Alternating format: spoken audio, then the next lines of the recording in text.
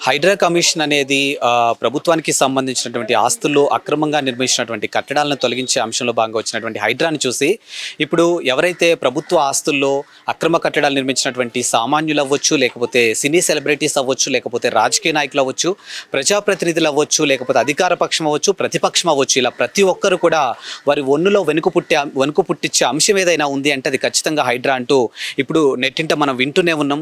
So ఈ హైడ్రాని ఆపాలి అంటూ చాలామంది చాలా రకాల ప్రయత్నాలు చేశారు. ముఖ్యంగా రాజకీయానికి సంబంధించినటువంటి నేతలు ఎవరైతే ఉన్నారో ప్రస్తుతానికి ఈ అక్రమ ఆస్తుల్లో కట్టించినటువంటి కట్టడాలను కూల్చివేతలో భాగంగా అర్జెంటుగా ఆపాలి అంటూ చాలామంది చాలా రకాలుగా ప్రయత్నాలు చేశారు. సో దీనికి సంబంధించి మాజీ కేంద్ర మంత్రి అయినటువంటి పల్లం రాజు కూడా నేరుగా రాహుల్ గాంధీకి కూడా విజ్ఞప్తి చేయడం జరిగింది. ఎందుకంటే తెలంగాణలో ఇప్పుడు రేవంత్ సర్కార్ ఉంది కాబట్టి, కాంగ్రెస్ సర్కార్ ఉంది కాబట్టి ఖచ్చితంగా రాహుల్ గాంధీ చెప్తే రేవంత్ రెడ్డి ఒక అడుగు వెనకేస్తారు అన్న ఒక అంశంతో కేంద్ర మాజీ మంత్రి పల్లం రాజు ఈ అంశం మీద రాహుల్ గాంధీతో మాట్లాడడం జరిగింది. కాకపోతే ఇదే అంశం మీద తెలంగాణ సీఎం రేవంత్ రెడ్డి మాత్రం చాలా గట్టిగా ఉన్నారని చెప్పొచ్చు. సో ఎట్టి పరిస్థితుల్లో కూడా ఈ హైడ్రా కమిషన్ని ఆపేది లేదు. ప్రభుత్వానికి సంబంధించినటువంటి ఆస్తుల్లో అక్రమంగా నిర్మించినటువంటి కట్టడాలను ఎట్టి పరిస్థితుల్లో తొలగించి ఖచ్చితంగా ఆస్తుల్ని మళ్ళీ తిరిగి స్వాధీనపరచుకోవచ్చు అనే అంశంతోనే వీళ్ళున్నారు. ఎందుకనంటే కూడా 4 చినుకులు పడితే చాలు హైదరాబాద్లో లోతట్టు ప్రాంతాలన్నీ జలమైపోతున్నాయి అండ్ ప్రజలు కూడా చాలా అవస్థలు పడుతున్నారు. 4 చినుకులకే రోడ్లు సైతం కూడా ఎక్కడ చూసినా వాటర్ ఫ్లోతో ఇలా వాహనదారులు కానీ లేకపోతే సామాన్యులు కానీ చాలా రకాలైన ఇబ్బందులు పడుతూనే ఉన్నారు.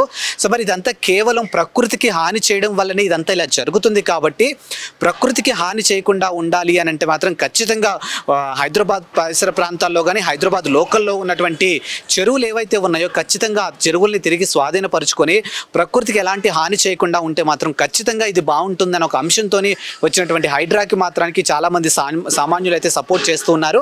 కానీ కొంతమంది బడా నేతలు కానీ, కొంతమంది రాజకీయ నాయకులు కానీ, కొంతమంది సెలబ్రిటీస్ మాత్రం దీన్ని అడ్డుకునే ప్రయత్నాలు చేస్తున్నారు. ఇప్పటికే హైకోర్టు నుంచి స్టేలు కూడా తెచ్చేసుకుంటున్నారు.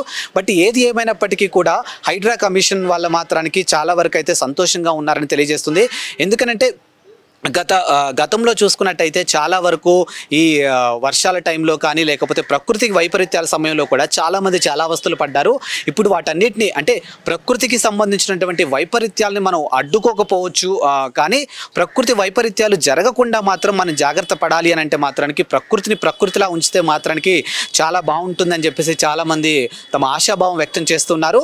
మరి ఈ విషయాన్ని తెలంగాణ సర్కార్ సీరియస్గా తీసుకొని ఖచ్చితంగా ఒక సీరియస్ ఆఫీసర్ కావాలి అని చెప్పేసి ఈ హైడ్రా కమిషనర్కి రంగనాథ్ గారిని కమిషనర్గా నియమించడం జరిగింది. సో మరి ఆయన మాత్రానికి అటు తెలంగాణ సర్కార్ ఆయనకి గట్టి సపోర్ట్ ఉండడంతో ఆయన మాత్రం ఎక్కడా వెనకడుగు వేయడం లేదు. సో అక్కడ ఉన్నటువంటి సెలబ్రిటీయా లేకపోతే ప్రజాప్రతినిధి లేకపోతే రాజకీయ నాయకుల లేకపోతే కార్యకర్తల సామాన్యుల అంటూ చూడడం లేదు. ప్రతి ఒక్క అంశం మీద కూడా ఆయన చాలా సీరియస్గా తీసుకొని హైడ్రా కమిషన్ అయితే ఎక్కడైతే ప్రభుత్వానికి సంబంధించినటువంటి ఆస్తులు ఉన్నాయో ఆస్తులు అక్రమ కట్టడాలు ఎవరైతే నిర్మించారో వాటన్నిటిని తిరిగి పంచుకునే భాగంలో మాత్రానికి ఆయన చాలా సీరియస్గానే ఉన్నారని చాలా స్పష్టం అర్థమవుతుంది. ఎందుకంటే ఇటీవల కాలంలో నాగార్జునకి సంబంధించినటువంటి కన్వెన్షన్ సెంటర్ కూల్చివేత మనం చూసాము. సో మరి రానున్న రోజుల్లో సెలబ్రిటీయా సామాన్యుడా రాజకీయ నాయకుడా ప్రజాప్రతినిధి ఇలా ఎవరితో సంబంధం లేదు, ప్రభుత్వానికి సంబంధించినటువంటి ఆస్తులు ఏవైనా కానీ వాటిలో అక్రమ కట్టడాలు ఉన్నాయి అంటే మాత్రం ఖచ్చితంగా వాటిని తిరిగి స్వాధీనపరచుకోవడం మా ఎజెండా అంటూ హైడ్రా కమిషన్ అయితే చాలా స్పీడ్గానే వెళ్తుందని చాలా స్పష్టంగా మనకు అర్థమవుతుంది. మరి రానున్న రోజుల్లో కూడా ఈ హైడ్రా కమిషన్ ఇంకాస్త ముందుకెళ్ళి మనం ఏదైతే ఈ ప్రకృతి సంబంధించినటువంటి చెరువులు కానీ లేకపోతే ప్రభుత్వానికి సంబంధించినటువంటి ఆస్తులు కానీ మనం ఏదైతే మాట్లాడుకున్నామో ఇవన్నీ తిరిగి స్వాధీనపరుచుకొని ప్రభుత్వానికి అప్పచెప్పాలని చాలామంది కోరుకుంటూ ఉన్నారు. సో ప్రస్తుతానికైతే ఇన్ని అంశాల్లో మధ్య ఇంత ముందుకెళ్తున్నటువంటి హైడ్రా కమిషనర్ అటువంటి రంగనాథ్కు మాత్రానికి కాస్త ముంపు పొంచి ఉంది అని చెప్పేసి భద్రతను ఏర్పాటు చేయడం జరిగింది. ఇప్పటికే వారి ఇంటి దగ్గర అవుట్ పోస్ట్ని అయితే ఏర్పాటు చేశారు. సో మరి చూడాలి ఇక రానున్న రోజుల్లో ఈ హైడ్రా ఏ విధంగా ముందుకెళ్తుందో. హైడ్రా కమిషనర్ రంగనాథ్ ఇంటి దగ్గర అవుట్ పోస్ట్ ని ఏర్పాటు చేయడం జరిగింది. సో మనం చూసాము అక్రమ ఆస్తుల్లో అక్రమ కట్టడాలు నిర్మించినటువంటి కట్టడాలను తొలగించి ఆస్తుల్ని తిరిగి ప్రభుత్వానికి అప్పచెప్పడానికి వచ్చినటువంటి కమిషనే హైడ్రా కమిషన్. ఇప్పుడు దీనికి రంగనాథ్ గారు కమిషనర్గా ఉన్నారు. సో మరి ఇప్పుడు ఆయన ఇంటి దగ్గర అయితే అవుట్ పోస్ట్ని ఏర్పాటు చేయడం జరిగింది. సో మరి ఈ అక్రమ కట్టడాలను కూల్చివేతలో భాగంగా ఆయనకి ప్రమాదం పొంచి ఉంది అంటూ భద్రతను అయితే ఏర్పాటు చేయడం జరిగింది. సో ఇప్పటికే రంగనాథ్ దాదాపుగా 18 ప్రాంతాల్లో ఈ అక్రమ కట్టడాలను కూల్చివేయడం జరిగింది. దాదాపుగా 43 ఎకరాలను స్వాధీనం చేసుకొని తిరిగి ప్రభుత్వానికైతే అప్పచెప్పడం జరిగింది. సో ఇందులో రాజకీయ నేతలు ఉన్నారు, సినీ రంగానికి సంబంధించినటువంటి అక్కినేని నాగార్జున ఉన్నారు. సో బడా నేతలకి సంబంధించినటువంటి ప్రభుత్వానికి సంబంధించినటువంటి ఆస్తుల్లో కట్టినటువంటి ఆ కట్టడాలను తొలగించి తిరిగి ఆస్తులను అయితే స్వాధీనం చేసుకున్నారు. మనం ఇటీవల కాలంలో చూసాము,